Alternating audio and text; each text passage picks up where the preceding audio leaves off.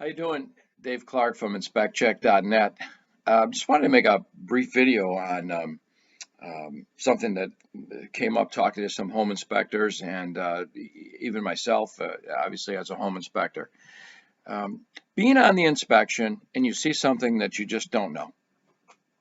Okay, it's as simple as that. Or you're not clear on it. I see this sometimes with electrical, because we know electrical.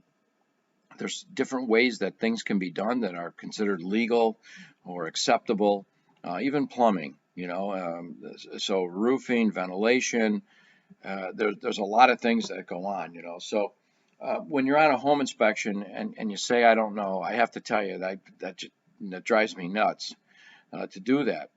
And, you'll see that a lot of home inspectors feel, and I think the clients feel this way, too, that we know every single thing about every single aspect of the house and everything that's new out there, everything that's 150 years old, construction, everything in between. I mean, think about that for a minute. It's kind of daunting when you think about it. We know everything from the roof all the way down to the foundation and everything, all the systems, everything in between, every single thing.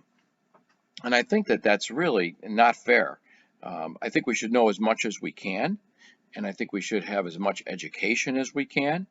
And absolutely, if you're weak in an area, you should pursue that through education, through any type of training you can get to not be weak in that area, right? We all have areas that we're stronger in and weaker in for sure.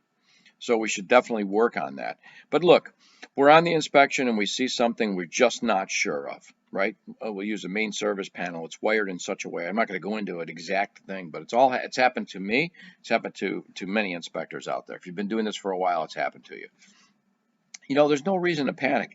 Just be honest. Don't try to, come up with some crazy idea, solution, or, this is that, or this is that. Call an electrician. I don't know.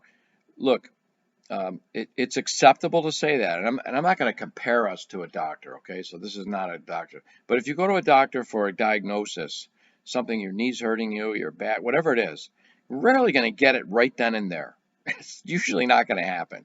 They're going to send you to a specialist, or they're going to take x-rays or CAT scans or whatever they do, and it could be weeks before you actually have an actual diagnosis and an action plan, right? So it's okay to say, I'm really not sure with that. That's not something I've seen. I haven't encountered this before. And you don't have to justify and say, I've done so many inspections, but I just haven't seen this one. I don't care if it's your first one. If you haven't seen it or you're not clear about it, say that. Say, I'm not sure on this. And this happens once in a while. It's something that's maybe a little unorthodox, or at least unorthodox to me, something that I'm not familiar with. But what I'm going to do is I'm going to research it. So take some pictures, take a lot of pictures, make sure even serial number pictures, if it's something that's an appliance, and say, I will get back to you. Let me research this and I will get back to you. And I think they can respect that, and what I say to you is make sure you get back to them. I would do it ASAP. That would be a priority for me. Try to get back to them within 24 hours or so if you can. Definitely get back to them, and it's something that no one's comfortable with, but it's okay. And then adjust your report accordingly. If you didn't include it in the initial report, I think I would hold the report back till I did.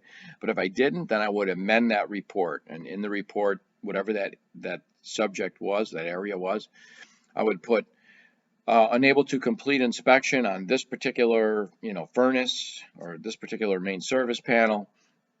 I'm doing further investigation, and I'll amend the report accordingly, or amend the report on, tomorrow's date or whatever you want to do, and then do that, of course, right?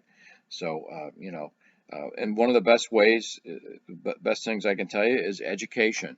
Take continuing education. I have a story. There's a lot of things out there. We put on a conference every year, and we had a master electrician coming in from out of state who was actually downstate, but he's one of the best in the country and brilliant. He's well received every time he comes, and the guy's an expert on the NEC. I can give you his credentials, but I don't have enough time. And we had this all set up, and I get a call from a a fellow home inspector that says, you know, I'd like to come, but that's my golf day, and I'm really weak in electrical. This is him telling me I'm really weak in electrical, really weak, and I'd love to see this guy, but that's really my golf day. Okay, to me, I don't understand that. So if you're weak in something, pursue it, research it, and I would say if you try to get back to them within 24 hours. If you just don't know, if you don't have a network, most of us have a network. Talk to other home inspectors. That's why it's so great to be involved with other home inspector groups. And I get texts from people all the time. What's this? And if I don't know, I have a couple of electricians that I know. I got plumbers. I have people in networking groups and all that who I can send that to and say, hey, what do you think of this? And people will respect that, right? Again, we want to be accurate. So in order to be accurate, we have to get that a closer look. And don't be afraid to say, I don't know. It's not a sign of weakness, okay? It's a sign that you're trying to do your best for your client, and they will understand that. We have tips like this in the Home Inspector Bootcamp. It's free. You can go to InspectCheck-net. Sign up for Home Inspector Bootcamp. We also have tech tips in our newsletter that we send out every month. And also at InspectCheck.net, you can sign up for that newsletter, and we have all kinds of great tech tips. All right, we'll see you again. Take care.